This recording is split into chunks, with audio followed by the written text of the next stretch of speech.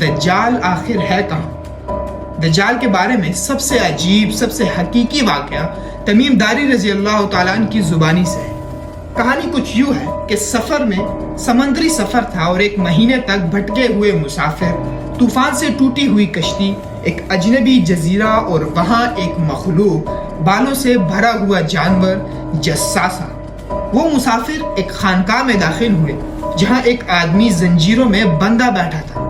اس کی آواز میں ایک عجیب سی گونج تھی، اس کی آنکھوں میں دنیا کا غصہ بھی تھا اور آنے والے فتنے کا راز بھی۔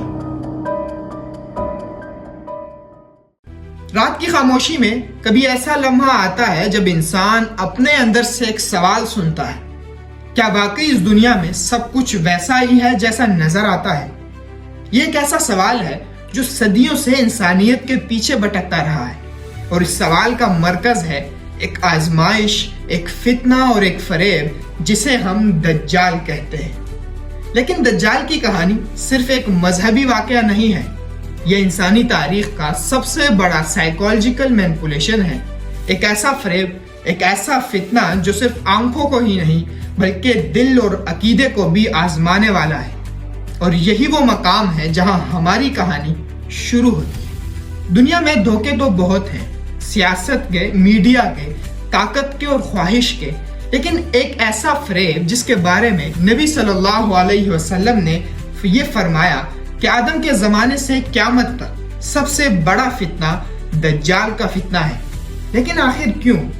کیونکہ دجال صرف ایک ایسا شخص ہے جو ایمان کی جڑ کو ہلا دینے والا امتحان ہے، ایسا امتحان جس میں انسان کو سچ اور دھوکے کے بیچ صرف چند لمحوں میں فیصلہ کرنا ہوگا، اور اس فیصلے کا دار و مدار اس کی آنکھ، اس کے علم، اس کے یقین اور اس کے دل پر ہوگا۔ ایک عام سوال جو پوچھا جاتا ہے کہ دجال آخر ہے کون، ایک انسان یا کچھ اور؟ آج کی جدید دنیا میں بہت سے لوگ کہتے ہیں کہ شاید دجال ایک ٹیکنالوجی ہے، کوئی نظام ہے، کوئی عالمی حکومت ہے، یا پھر AI انٹیلیجنس۔ مگر حقیقت اس سے زیادہ سیدھی بھی ہے اور زیادہ خوفناک بھی، کیونکہ اسلام کہتا ہے کہ دجال ایک انسان ہوگا، ایک ایسا انسان جسے اللہ نے ہمارے امتحان کے لیے رکھا ہے۔ وہ اپنے آپ کو پہلے تو نبی کہے گا، پھر بعد میں اپنے آپ کو خدا کہے گا، اور لوگ حیرت، خوف اور خواہش کے مارے اس کے پیچھے چل پڑیں گے۔ وہ زمین کو لہلہا دے گا، آسمان سے بارش لائے گا، مردوں کو زندہ کرنے جیسا فریب اور فتنہ دکھائے گا، اور لوگوں کو رزق دے گا جیسے وہ خود خدا ہو۔ مگر حقیقت یہ ہوگی کہ یہ سب آزمائش ہے۔ جو اپنے دل میں سورہ کہف کی پہلی آیت سنبھال لے گا وہ اس فتنے سے بچ جائے گا۔ دوسرا سوال یہ ہے کہ دجال آخر ہے کہاں۔ دجال کے بارے میں سب سے عجیب، سب سے حقیقی واقعہ تمیم داری رضی اللہ تعالیٰ عنہ کی زبانی سے ہے۔ کہانی کچھ یوں ہے کہ سفر میں سمندری سفر تھا اور ایک مہینے تک بھٹکے ہوئے مسافر، طوفان سے ٹوٹی ہوئی کشتی، ایک اجنبی جزیرہ اور وہاں ایک مخلوق، بالوں سے بھرا ہوا جانور، جساسا۔ وہ مسافر ایک خانقاہ میں داخل ہوئے جہاں ایک آدمی زنجیروں میں بندہ بیٹھا تھا۔ اس کی آواز میں ایک عجیب سی گونج تھی، اس کی آنکھوں میں دنیا کا غصہ بھی تھا اور آنے والے فتنے کا راز بھی۔ اس نے 3 سوال کیے: بیسان کے کھجور، تبریا کی جھیل، زغر کے چشمے۔ اور آج دنیا گواہی دے رہی ہے کہ کھجوروں کی پیداوار کم ہو رہی ہے، تبریا کی جھیل سکڑ رہی ہے، چشمے سوکھ رہے ہیں، گویا وقت کا پہیہ بتدریج اس پیشن گوئی کی طرف بڑھ رہا ہے۔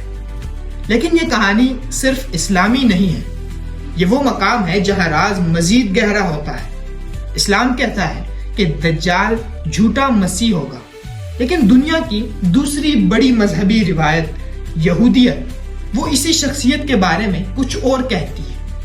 یہودی کہتے ہیں کہ مسیحا آئے گا، وہ تیسرا ہیکل بنائے گا، دنیا کے تمام یہودیوں کو اکٹھا کرے گا، ایک عالمی حکومت قائم کرے گا اور نئی دنیا غلام حبہ بنائے گا۔ مختلف کتابیں کہتی ہیں اور ان سب میں وہی اوصاف ہیں جو اسلام میں دجال کے ہیں، ایک ایسا انسان جسے ایک قوم مسیحا کہے گی اور دوسری سب سے بڑا دھوکے باز۔ دنیا کے طاقتور ایلیٹس جو اپنے آپ کو خدا سے کم نہیں سمجھتے، آج ایک عجیب دور میں مصروف ہیں۔ Artificial miracles,